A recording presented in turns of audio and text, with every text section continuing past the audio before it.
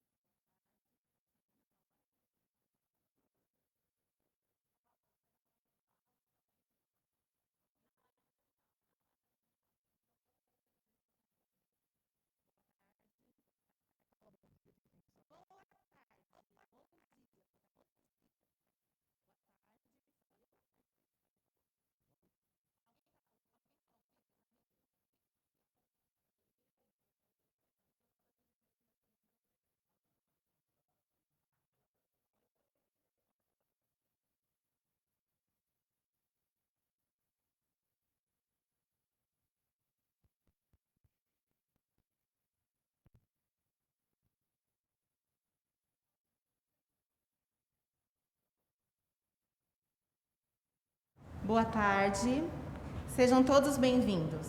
É um imenso prazer tê-los aqui. O dia de hoje merece ser lembrado para reconhecer o esforço das mulheres que lutaram para que conquistássemos o que temos hoje. Somos mulheres e a igualdade sempre será a nossa bandeira. Por isso, feliz Dia da Mulher. Nessa live do Dia das Mulheres, nós também teremos uma contribuição para a ONG Maria Maria, que é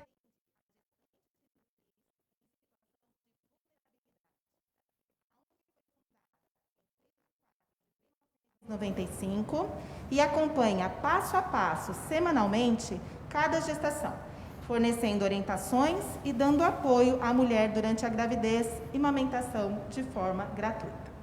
Então, conheçam o projeto Maria Maria através do site www.mariamaria.org.br. Os dados da conta estão no canto da tela. Quem puder contribuir, a ONG agradece. Dando início à live de hoje, em homenagem a todas nós mulheres, convido o professor, mestre e reitor do Centro Universitário São Camilo, Padre João Batista Gomes de Lima.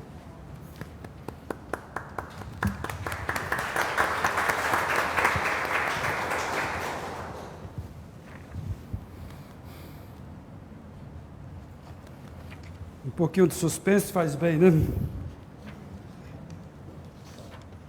Então, boa tarde a todos, sejam todos bem-vindos, bem-vindas a este momento especial aqui no Centro Universitário São Camilo, para esta homenagem e também para este momento de reflexão.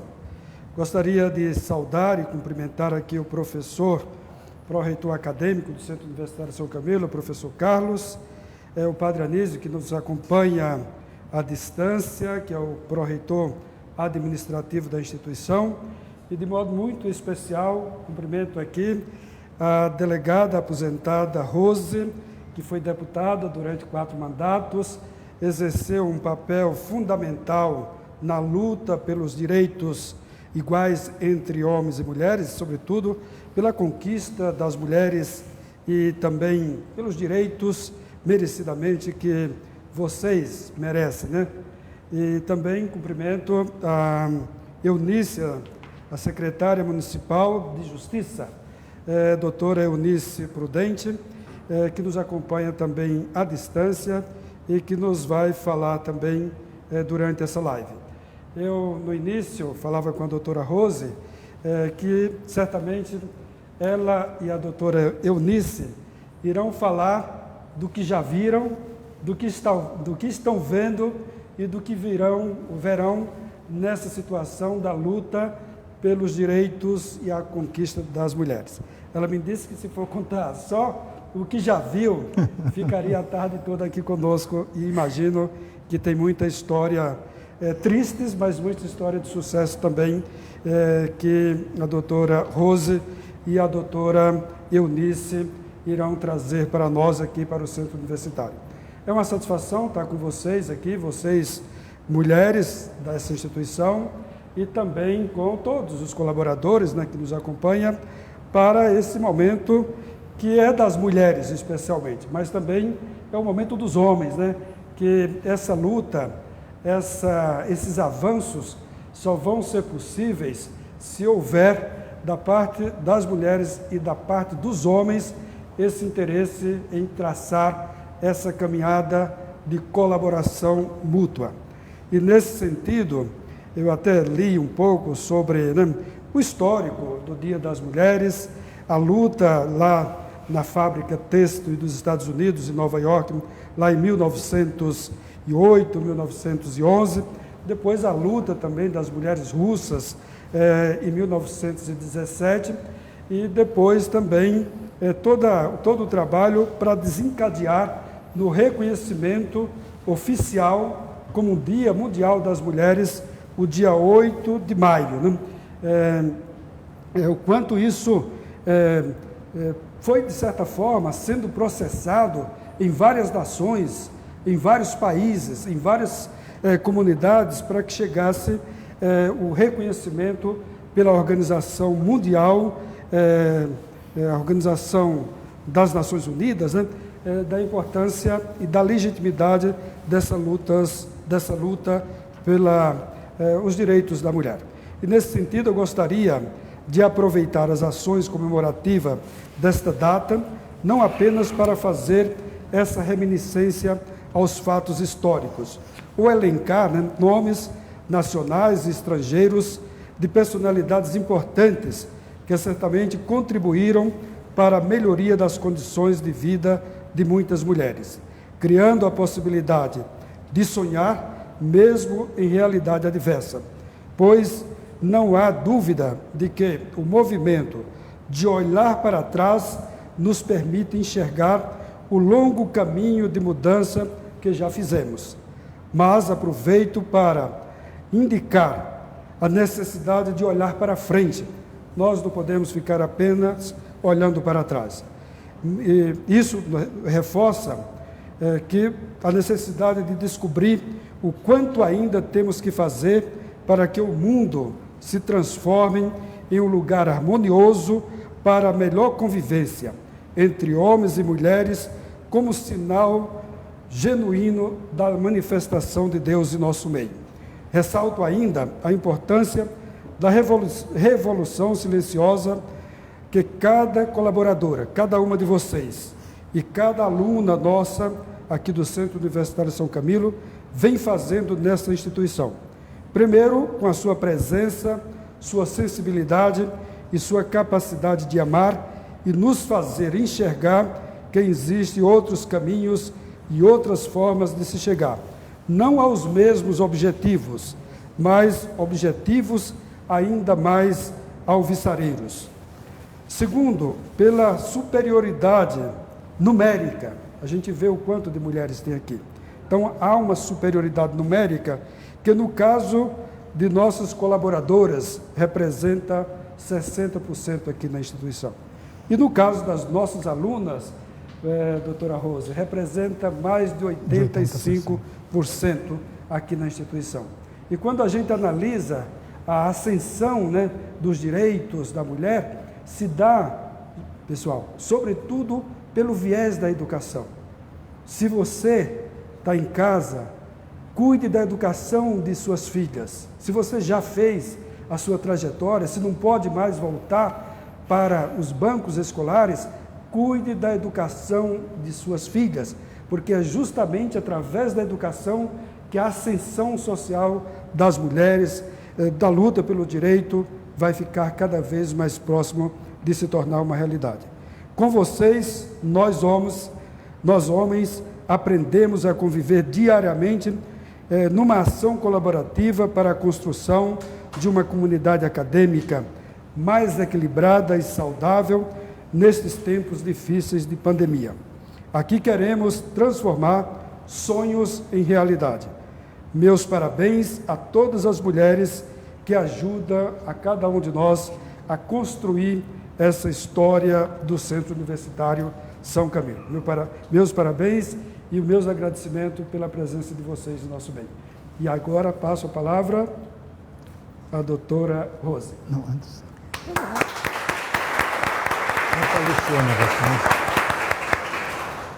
Posso falar aqui? Boa tarde a todas e a todos. Eu queria cumprimentar o Padre João Batista, dizer da minha satisfação de estar aqui no Centro Acadêmico São Camilo. Para mim é um grande prazer cumprimentar o meu amigo de coração, o professor Carlos Ferrara, todas vocês e a todos vocês. Realmente, hoje é dia 8 de março, Dia Internacional da Mulher, dia de comemoração. Mas esse dia também nos leva a refletir um pouco sobre as nossas próprias conquistas. O que nós fizemos, né? Aonde nós chegamos, de onde nós viemos e para onde nós vamos. Então eu queria relembrar um pouquinho, muito rapidamente com vocês, um pouco que é a minha história, mas é a história também de cada um e de cada uma de nós. Em 1985, foi criado em São Paulo a primeira Delegacia de Polícia de Defesa da Mulher.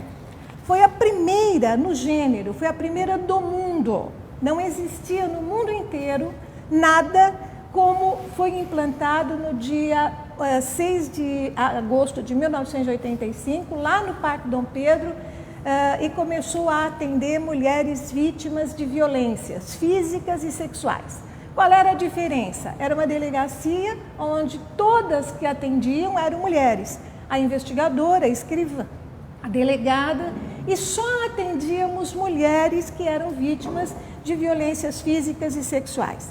E eu tive o grande prazer de ter sido a primeira delegada a implantar essa delegacia. É uma coisa que me honra muito, me dá muita responsabilidade, mas me honra muito também. Essa delegacia, ela trouxe à luz uma violência que ficava escondida dentro de casa. Que a gente ouvia dizer, olha, o fulano bateu na mulher, o ciclano bateu na namorada, mas eram coisas esparsas. E de repente, num único espaço, você começou a ver que esta violência era muito maior do que a gente imaginava. Só para vocês terem uma ideia, no primeiro dia da delegacia, nós tivemos mais de 500 mulheres numa fila, aguardando para serem atendidas. Foi, na realidade, um reconhecimento por parte das autoridades e da população em geral, que aqueles lar docilar, que todo mundo sempre dizia, não eram assim tão lar docilar. Nós vimos de tudo, né? Mulheres queimadas, mulheres com olho roxo, mulheres cortadas, mulheres com braço quebrado, perna quebrada, enfim, eu costumava dizer que era um verdadeiro circo de horror. Nós começamos o nosso trabalho e verificamos que só a Delegacia da Mulher não ia ajudar. Não bastava fazer um boletim de ocorrência e um inquérito policial. A mulher precisava de um atendimento social, de um atendimento psicológico. A mulher precisava ter um advogado que desse entrada num pedido de separação ou numa guarda de filhos. A mulher precisava de um abrigo, né, para que a gente pudesse mandá-la quando ela não podia voltar para casa, porque ela corria risco de ser morta pelo marido. Graças a Deus, e vamos dizer, toda a publicidade que a Delegacia da Mulher teve, porque as pessoas ficaram chocadas com o que elas viam na televisão. Logo nós tivemos uma equipe de assistentes sociais que vieram nos ajudar no nosso trabalho. Depois nós tivemos uma equipe de psicólogas. A Comissão da Mulher Advogada da OAB nos ajudou muito. As advogadas iam voluntariamente à delegacia para fazer o atendimento, encaminhar os casos das mulheres. E um ano depois, nós também tivemos o primeiro abrigo para mulheres que sofriam violência e não podiam voltar para casa. E assim nós fomos, e a cada dia, vamos dizer assim, tentando conquistar mais equipamentos de atendimento às mulheres. Delegacia da Mulher foi a primeira política pública para mulheres aqui do Brasil, não é de São Paulo, foi do Brasil. Em 2006, nós tivemos uma grande vitória, que foi a conquista da então Lei Maria da Penha, que está vigindo até hoje. A Lei Maria da Penha é uma lei completa, porque ela esclarece todo o problema da violência contra a mulher. Ela diz aonde a violência acontece, normalmente dentro de casa, quem comete a violência, normalmente o marido, o companheiro, quais são os tipos de violência, violência física, que todo mundo conhece, a violência sexual, o estupro, que todo mundo conhece, a violência moral, calúnia, injúria, difamação, que todo mundo conhece. E tem duas novas violências que nos ajudaram a poder atender melhor as mulheres. A violência patrimonial, que é o quê? Por exemplo, você trabalha e ele toma conta do seu dinheiro, ele não te deixa fazer nada. Ele separa de você e leva o fogão, leva a geladeira, leva tudo, porque ele diz, fui eu que comprei, é minha. E não é verdade, é dos dois, né? Então, esta violência começou também a ser colocada como crime na Lei Maria da Penha. E a violência psicológica. Meninos e meninas, a violência psicológica, ela é, vamos dizer, o início para a violência física. Ela começa com a violência psicológica e vai acabar com a agressão física. E o que é a violência psicológica? É a desqualificação que o homem faz da mulher. É um murro na mesa, é puxar a toalha com todos os pratos de comida e jogar no chão. É dizer que a mulher não serve para nada, que ela é fria, que ela... Por que eu vou falar para você alguma coisa? Você é burra, você não entende nada. Então, todos os dias ela é massacrada, né? Com aquela coisa de que você é burra, você não entende nada, e você não serve para nada, você é suja, você cheira a cozinha. E todo dia isso na cabeça da mulher faz com que a autoestima dela, ela não percebe, mas a autoestima dela vai baixando. E aí o que acontece? Quando ela tem a primeira agressão, muitas vezes ela acha que ela merece apanhar, que ela não serve para nada, então ele está batendo porque ela merece, né? Então veja como é difícil. 90% dos casos de agressão física, ele é precedido pela violência psicológica, que muitas vezes as mulheres não percebem. Vocês querem ver uma coisa? Ele fala que a mulher é burra, que ela não sabe nada, que ela tá com a roupa suja. Agora, nós mulheres devíamos virar para eles e dizer o seguinte: você cheira suor, seu sapato fede chulé, você ronca quando você dorme. Mas a gente também não pensa nisso, né? Não é do nosso feitio fazer isso, mas eles fazem isso conosco o tempo todo, até que bota na nossa cabeça que nós que realmente merecemos apanhar porque nós não servimos para nada. Então esses são os tipos de violência que a Lei Maria da Penha fala. A Lei Maria da Penha fala nas medidas de proteção à mulher, ela fala na realidade sobre tudo aquilo que é importante do atendimento à mulher. Qual é o papel do judiciário, qual é o papel da delegacia de polícia, qual é o papel da defensoria. É uma lei completa. É uma pena que ainda nós tenhamos muita resistência por parte dos operadores de direito no sentido de aplicar a Lei Maria da Penha. Depois da Lei Maria da Penha, nós tivemos uma outra vitória, que foi a lei que criou o chamado feminicídio. O Código Penal foi modificado, colocou-se um artigo a mais no sentido de colocar ali o feminicídio. O que é o feminicídio? Esse nome, né? O feminicídio é o assassinato de mulheres pela sua condição de mulher ou em função de violência doméstica. 80% dos casos de feminicídio ocorrem em função da violência doméstica. Ele é o ápice da violência doméstica. Quer dizer, ele vai agredindo, aquilo é uma bola de neve, vai indo, até culminar com o feminicídio. que é o assassinato de mulher, que é o assassinato da mulher pela violência doméstica. Infelizmente, nós temos notado, principalmente agora, durante a pandemia, que houve um aumento de feminicídios aqui no nosso país. Inclusive, um número maior de feminicídios aqui no nosso estado de São Paulo. O feminicídio, gente, é um crime de ódio, é um crime de crueldade, é um crime que acontece em função do sentimento de posse, de propriedade.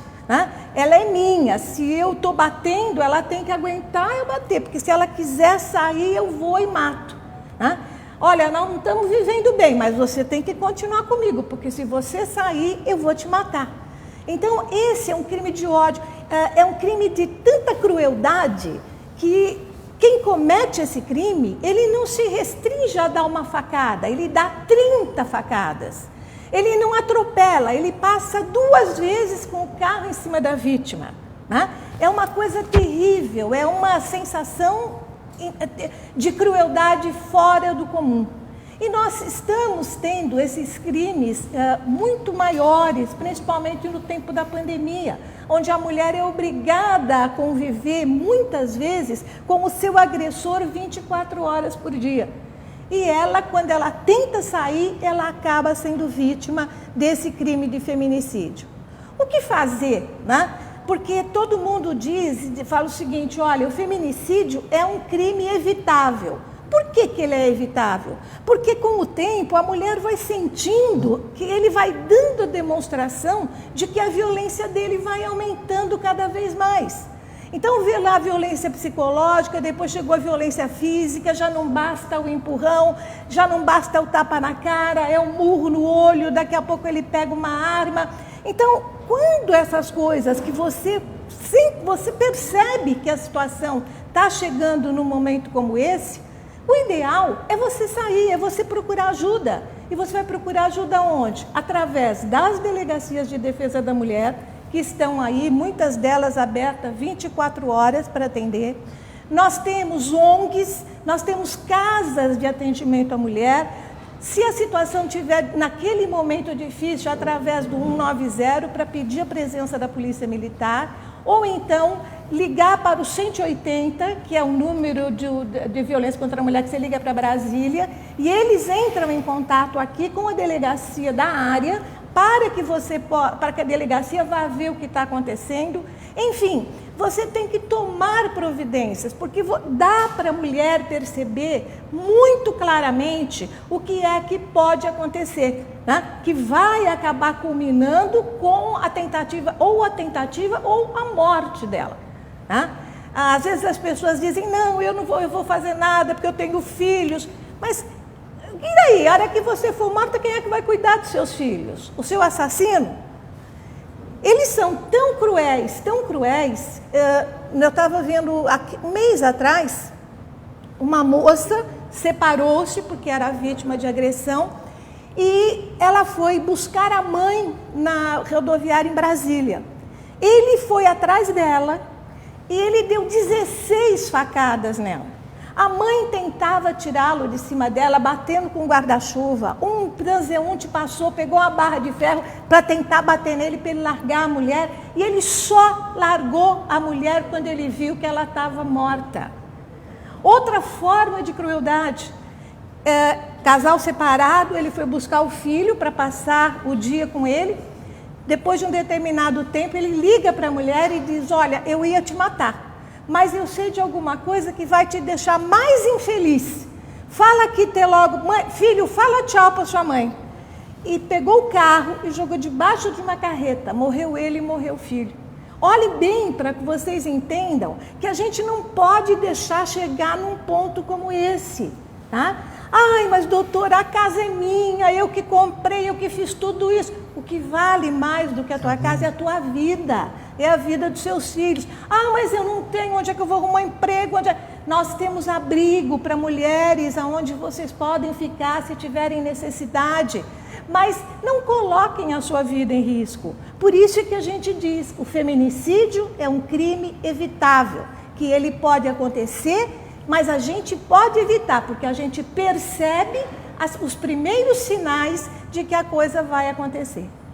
Então, meninas e meninos, a verdade é a seguinte: as mulheres conseguiram muita coisa, nós evoluímos muito. Hoje existem redes de proteção à mulher. Nós temos, é importante principalmente para vocês, a Casa da Mulher Brasileira. A Casa da Mulher Brasileira é um equipamento que fica aqui no Cambuci. E essa Casa da Mulher Brasileira, ela tem dentro dela a delegacia, a psicóloga, a assistente social, a defensoria, a juíza e a promotora. Tudo isso num único lugar. E aí, você entrando ali, você tem todo o atendimento num lugar só. Além de ter alojamentos onde ficam as mulheres que não podem voltar para casa.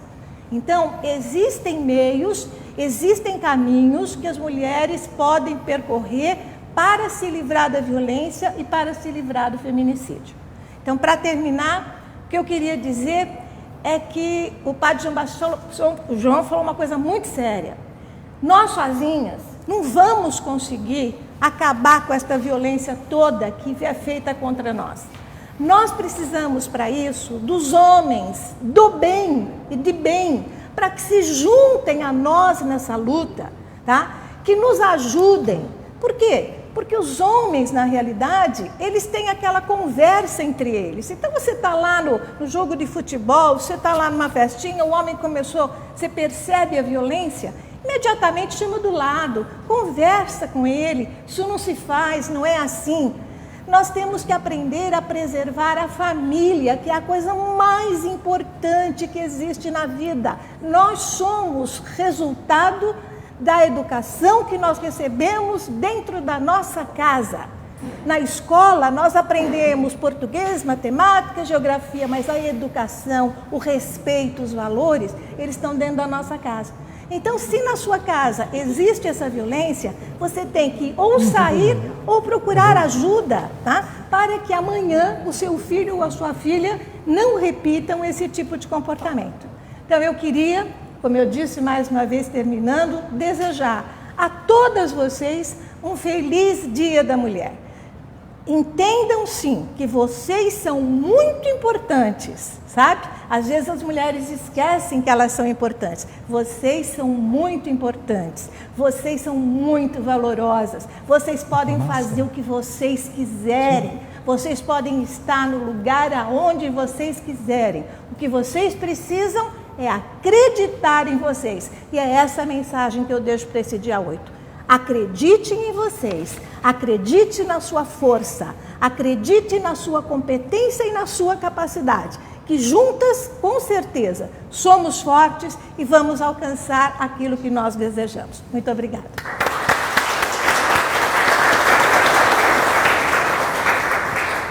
Que alegria, doutora Rosmarie é nossa querida convidada para esta tarde, junto com a doutora Eunice, que nos acompanha.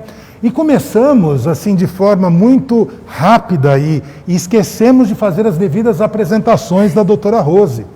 Então, quem é a doutora Rose, essa pessoa encantadora que hoje veio nos brindar com esse tema tão importante que é o cuidado com as mulheres? E eu diria, como eu digo sempre para minha esposa, o cuidado com as almas femininas, né? Porque as mulheres são muito mais do que mulheres, elas são almas femininas que nos circundam, né? Então, quem é a doutora Rose? E a doutora Rose, ela é bacharel em Direito, formada pelas Faculdades Metropolitanas Unidas, foi escrivã e delegada de polícia, hoje aposentada.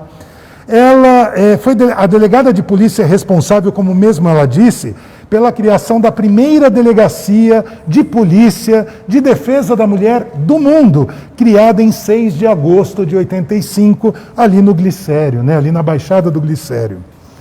Ela também foi e serviu a comunidade do estado de São Paulo como deputada estadual por 4 mandatos, na legislatura de 90 a 94, a 98 e depois 2002.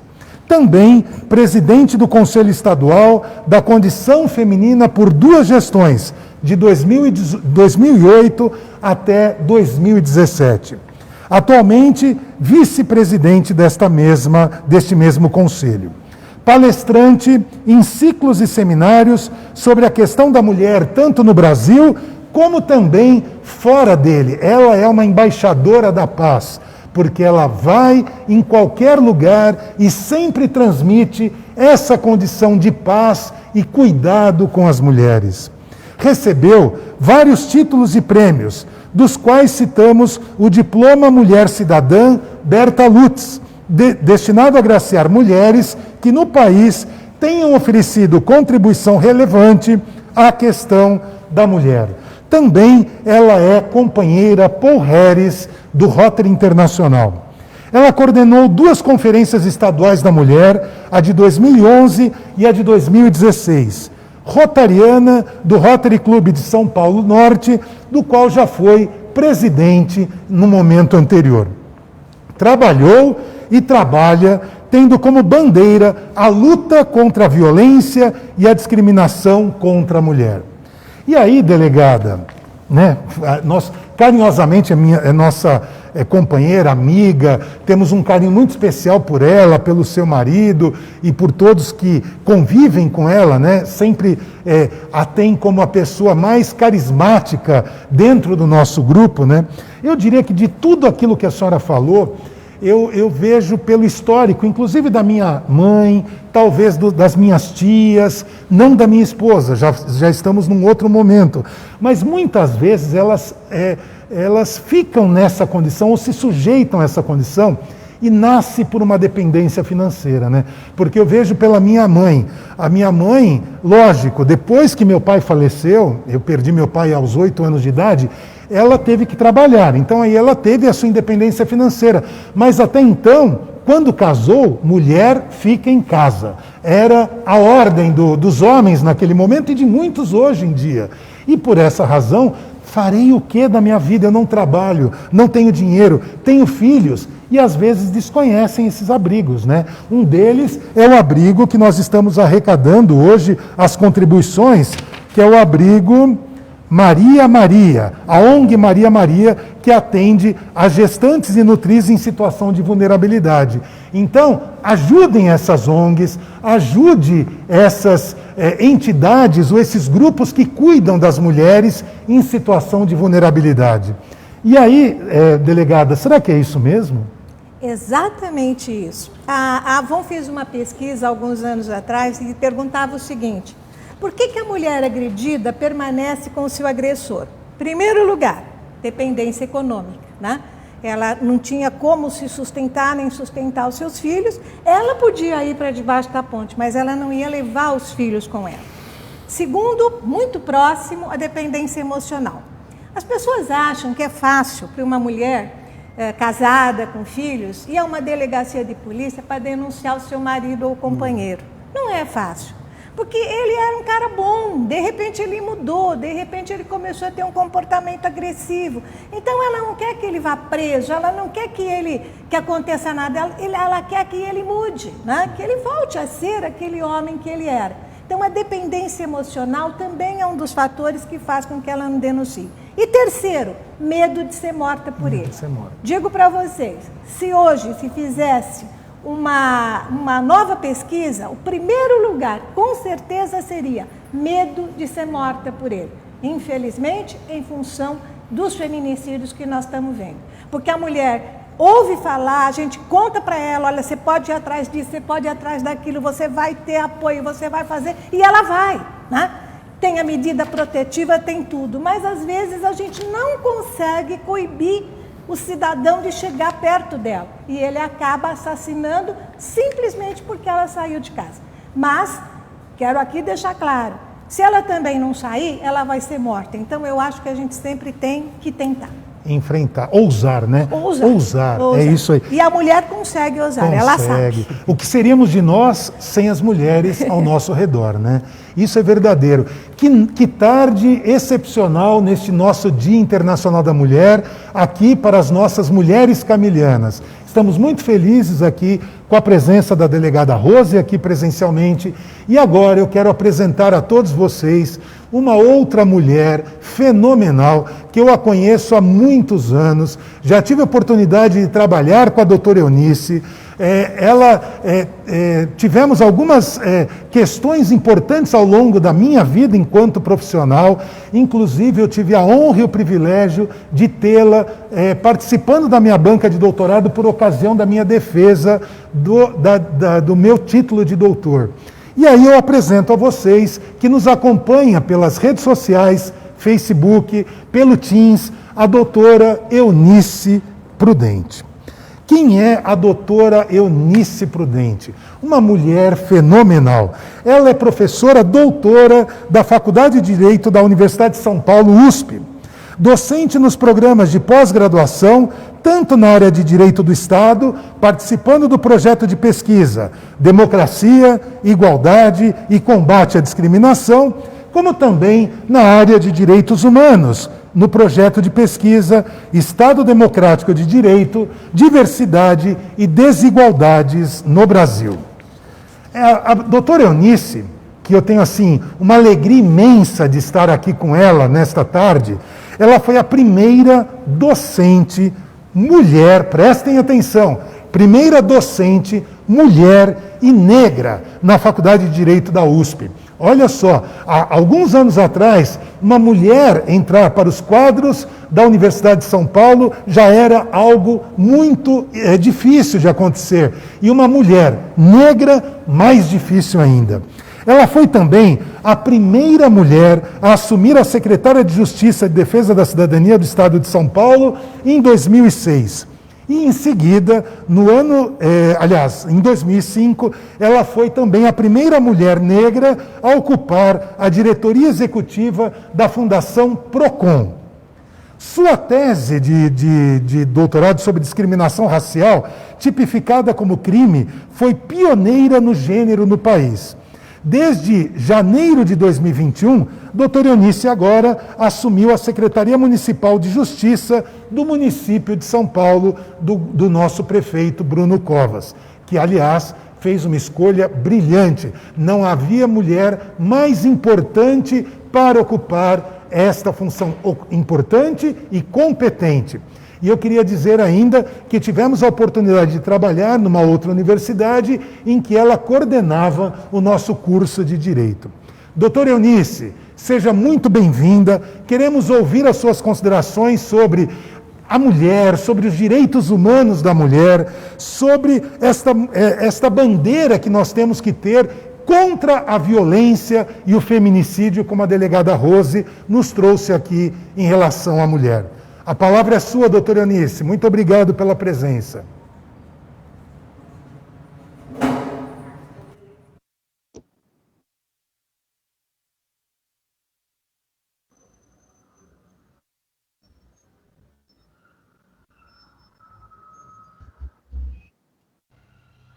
Doutora Eunice,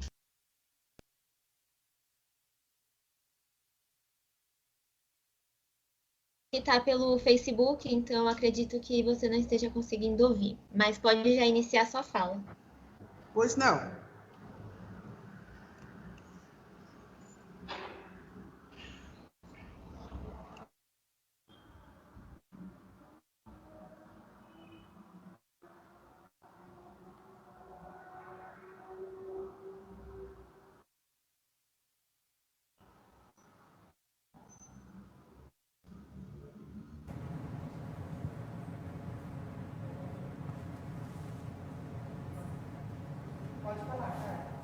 Professora Eunice, então, a palavra é sua.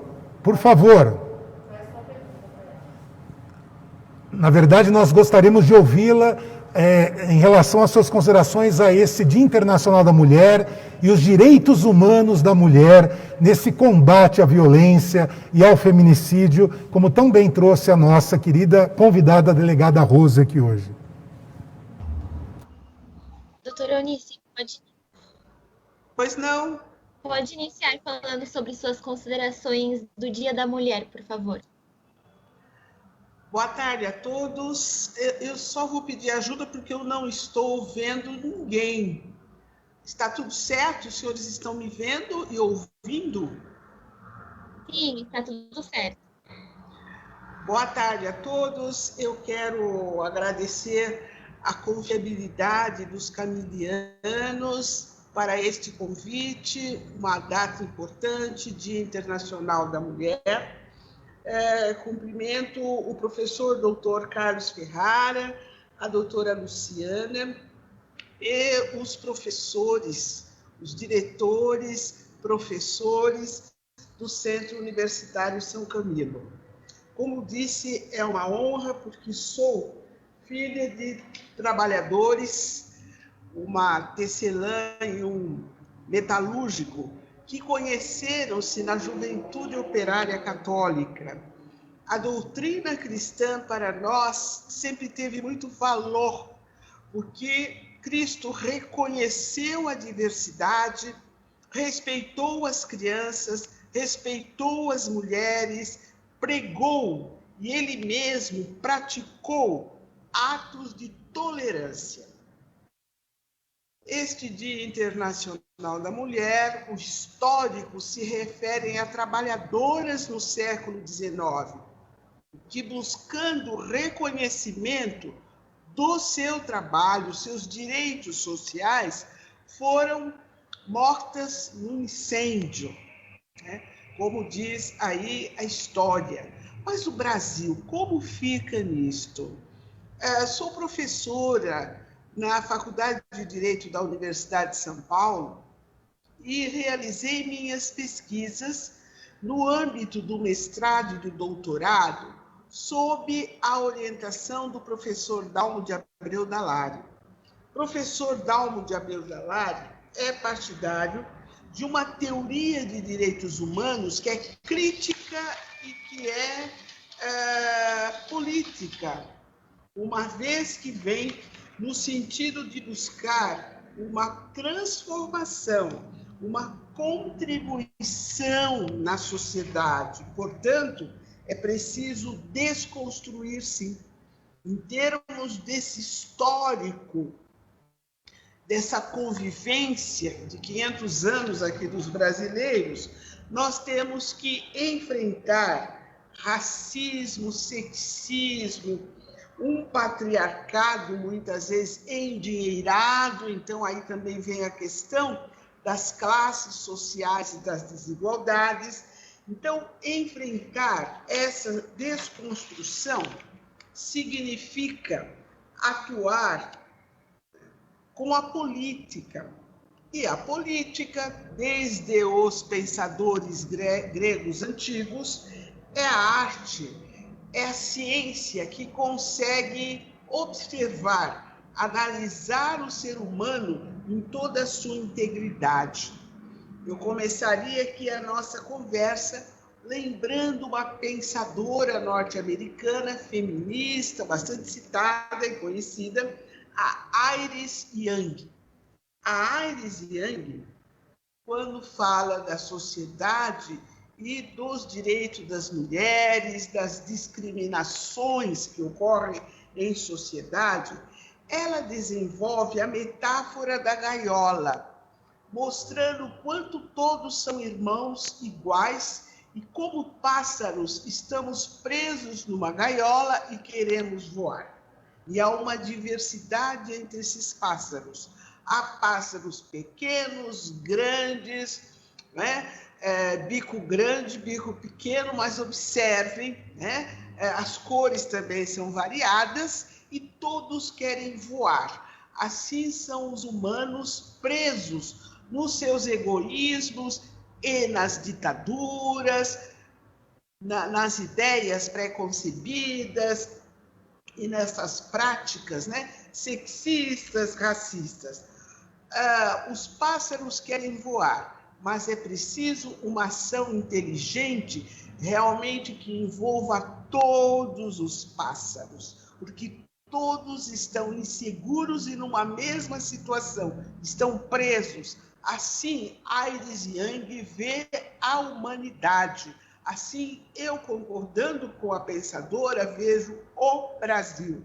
Então, não vamos conseguir nos libertar olhando só os fiozinhos da gaiola ou um ou outro lado da gaiola. É preciso, sem dúvida alguma, a visão macroscópica, política desta situação, trazendo então todos, né, para uma discussão, se consiga livrar, né, nos libertar desses ismos, né, que estão infelicitando toda a sociedade, porque, sem dúvida alguma, a violência contra mulheres, a morte a cada 5 minutos de uma mulher na República Federativa do Brasil é um saldo triste, negativo para as mulheres, para as famílias, para toda a sociedade. Numa teoria crítica de direitos humanos, reconheço a saída através de uma ação política que coloque a educação, a formação da pessoa em primeiro lugar. É preciso realmente investir tudo na educação e levar a toda a sociedade a percepção das diferenças, a feminilidade. As mulheres não são idênticas aos homens, são iguais. Os seres humanos são iguais para o exercício de direitos e obrigações, mas não são idênticos. Uma personalidade nos distingue. E essa percepção das diferenças, que são biológicas, são de gênero, são sexuais, são étnicas, são também culturais, elas exigem respeito e aceitação. São as diferenças. Até porque percepção das diferenças não diz respeito à superioridade de uma pessoa sobre outras. Porém, segundo Fábio Konder Comparato, temos também as desigualdades. Aí há problema, né? Então, as desigualdades, sim, são criações racionais, arbitrárias e injustas, posto que estabelecem relações de dominação e exploração entre os cidadãos. E essa percepção das diferenças, o real combate às desigualdades, podemos, com a devida, né, o devido vocabulário, levar às crianças, aos adolescentes, aos jovens e a toda a sociedade.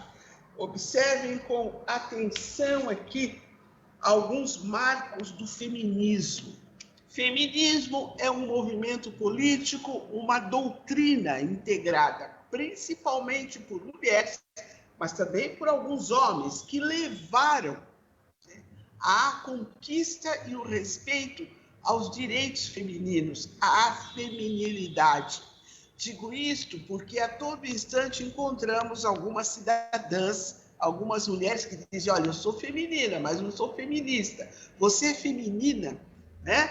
Você goza dos direitos aí à sua feminilidade, porque feministas foram para a rua e aonde teve que ir, lutando pelos direitos das mulheres. E é o pensamento, os marcos do feminismo, que nos revelam que as brasileiras, somente em 1932, obtiveram o direito de voto, mas somente as que fossem casadas e que tivessem patrimônio, as demais não, né? Também nós temos, em 1962, juridicamente, a extinção da tutela dos maridos sobre as esposas, para poderem trabalhar, viajar, que até 1962 precisavam da autorização, né, as casadas dos maridos. Em 1972, nós temos já ações feministas por aqui, mas já é o Brasil padecendo a ditadura militar, com muito cerceamento ao exercício de direitos. E principalmente no início da década de 80 já, então está terminando, né, a ditadura, que nós vamos ver à frente das mulheres feministas, integradas pela Marta Suplicy, pela Ruth Cardoso, pela Eva Blay, pela Ruth Escobar, aquela atriz importante. Eu também tive oportunidade de conviver um pouco com elas nas reuniões e apreender muito sobre os direitos aí das mulheres.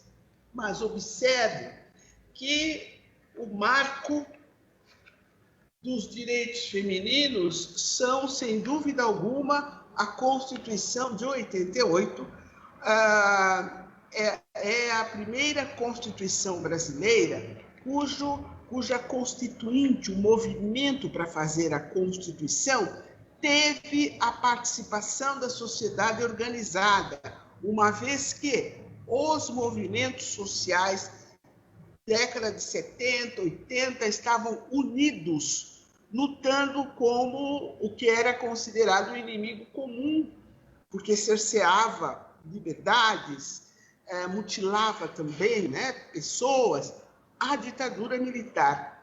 Esse momento de união dos movimentos sociais cunhou aquela expressão: o povo unido jamais será vencido, e é verdade.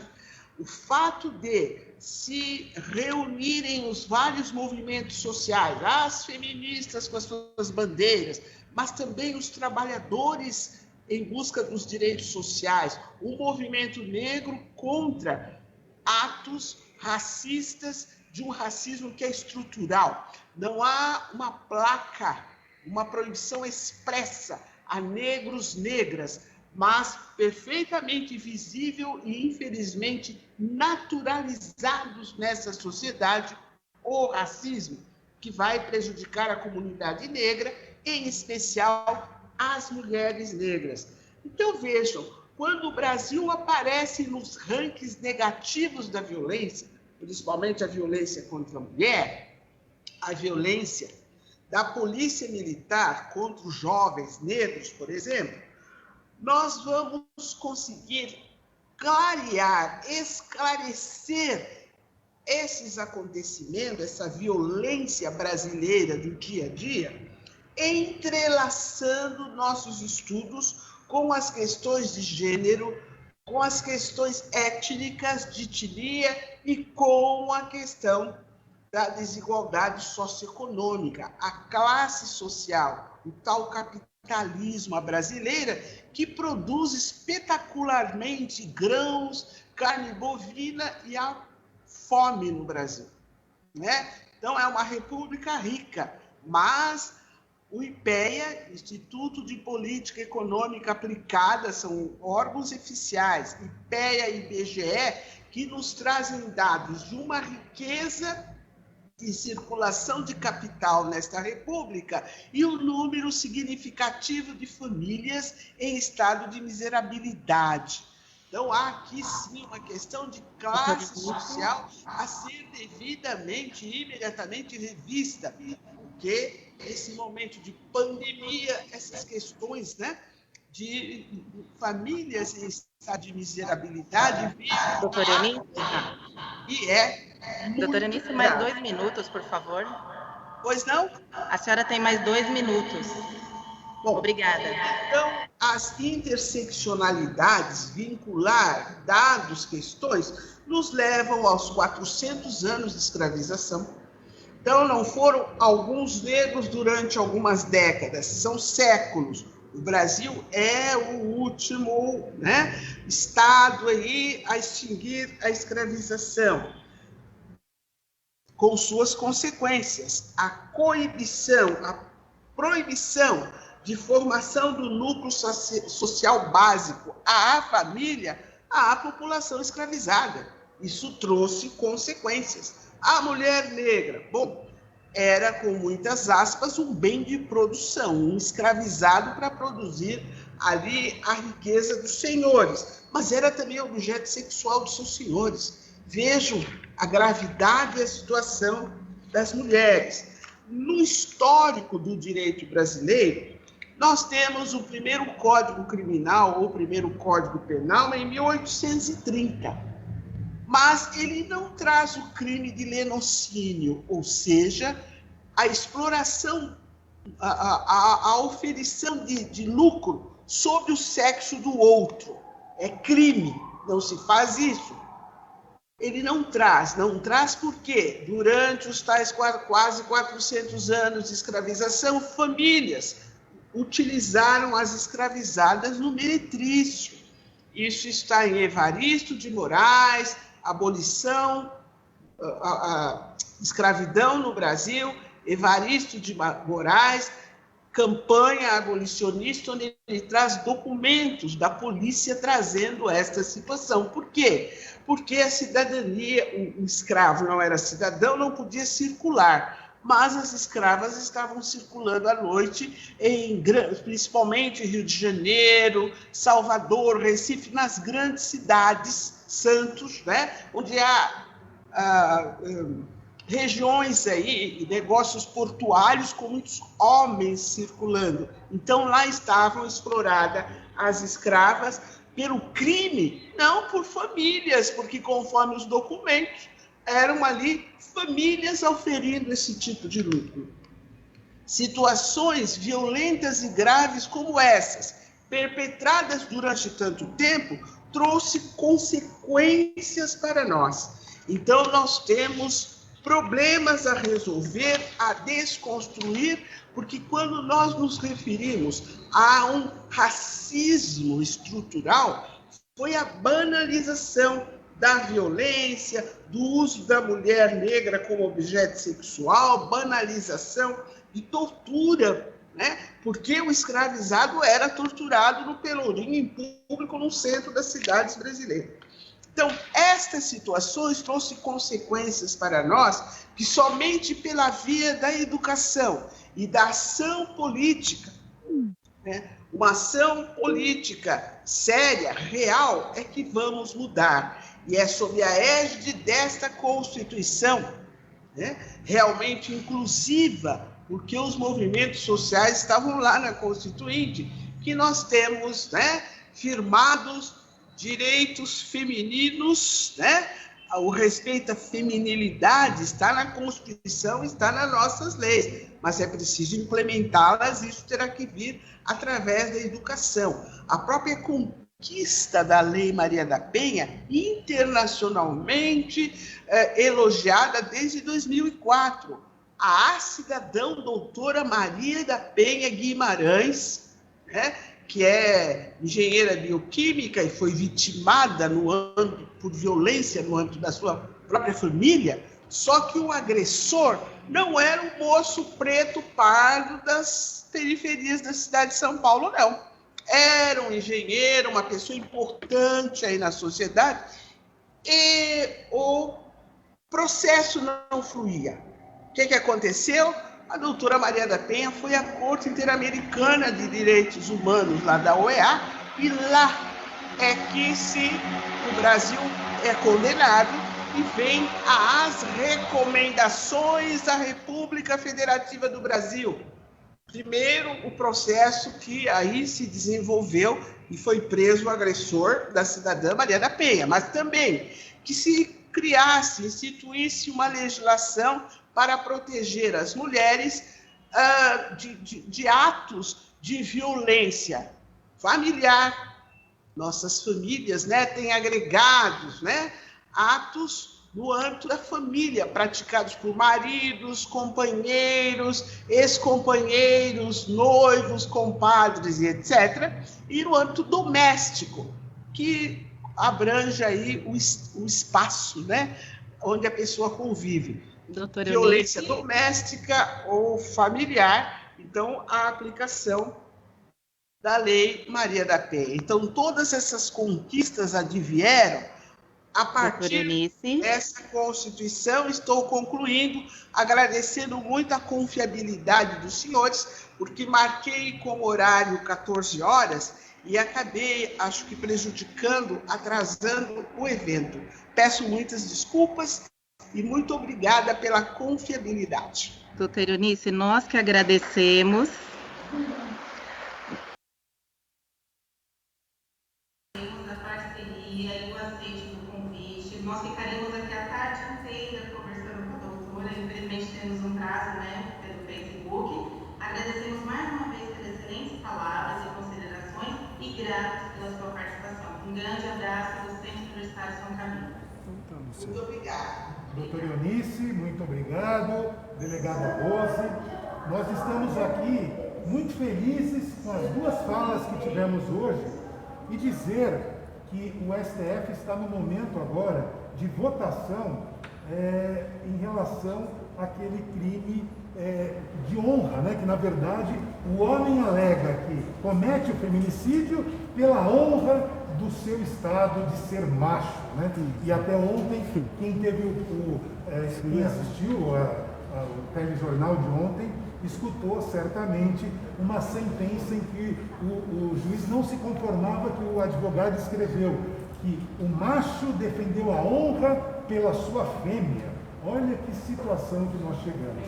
E para encerrar, antes do Padre João fazer o encerramento formal, eu queria dizer que aqui, nós do Centro Universitário São Camilo, São Paulo, nós pensando aí, já que por meio da educação, e como disse a doutora Eunice, da ação política, talvez a gente consiga resolver essas questões de igualdades aí que nós estamos vivendo e o cuidado com as mulheres.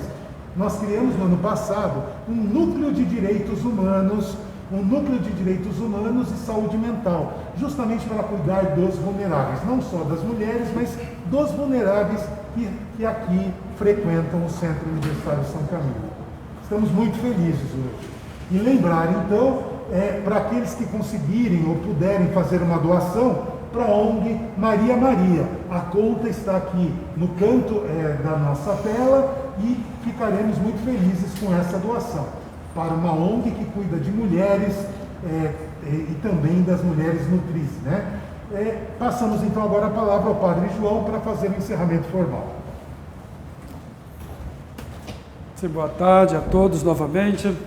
Eu não sei se a doutora Eunice está nos ouvindo lá do outro lado, lá, mas imagino que sim. Então, doutora Eunice, nossos agradecimentos pela sua excelente contribuição nesta tarde de hoje, assim como a doutora Rose, né, nos traz aqui essa reflexão, esse momento de fazer mesmo um pouco de história aqui no Centro Universitário São Camilo e avançar nesse sentido de buscar a igualdade, o bom senso, a responsabilidade não só das mulheres sobre essa causa, mas também dos homens. Eu acredito, doutora Rose, também doutora Eunice, que nós vamos avançar muito mais.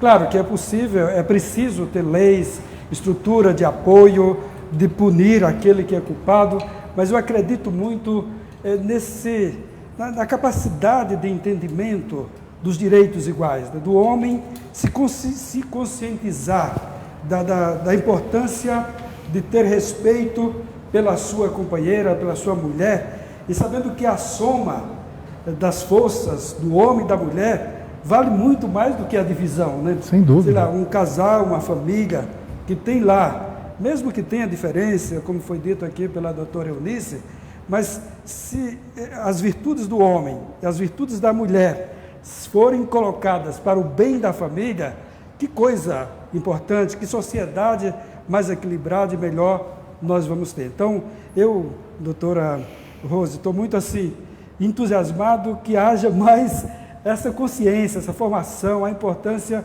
de um respeitar o direito do outro, né? E aí toda essa estrutura, essa história que vocês conhecem, que lutaram e que avançaram já de forma muito, muito importante. Até quando a senhora falava aí, eu fiquei assim um pouco chocado, porque é uma realidade dura, difícil, né? De quanta crueldade, de quanta falta de sensibilidade humana que às vezes não, historicamente acontece, né?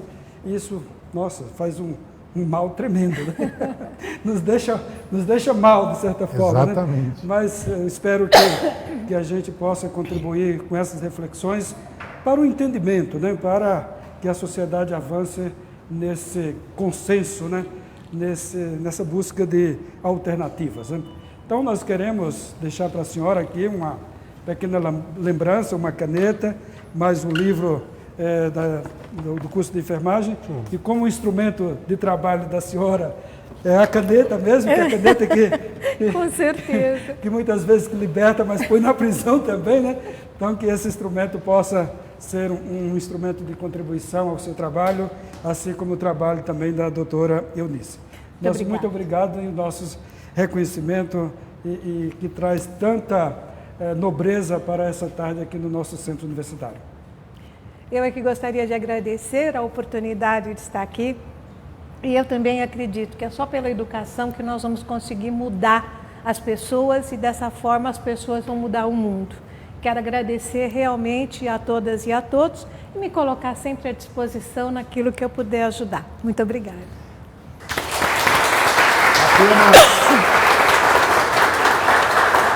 Apenas lembrando que a doutora Eunice receberá também este mimo e o nosso livro de 60 anos do curso de enfermagem do Centro Universitário São Camilo. Muito obrigado a todos e até a próxima live no mês de abril. Contamos com a presença de todos. Um grande abraço.